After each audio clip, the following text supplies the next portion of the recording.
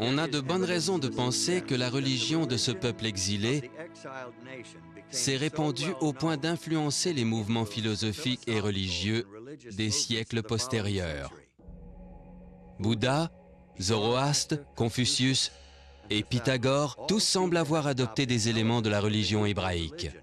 Par exemple, bien qu'il n'existe pas aujourd'hui de jour sacré dans le bouddhisme, le sabbat, ou uposatha, a très tôt été une composante de cette religion. Le béni a établi la règle de l'observation d'un sabbat, et il a suggéré qu'à la réunion du 7e jour, chaque moine dont la conscience était troublée devait confesser son offense devant l'assemblée des frères. Arthur Lloyd, dans son livre « Le credo de la moitié du Japon », déclare que l'ordre monastique a observé leur jour de sabbat pendant plusieurs siècles. Il est même possible que Confucius se soit référé au sabbat du 7e jour dans ce passage de l'une de ses œuvres classiques.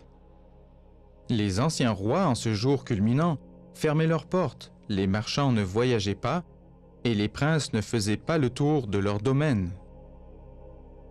Des traces de la connaissance du sabbat hebdomadaire se retrouvent dans de nombreuses cultures.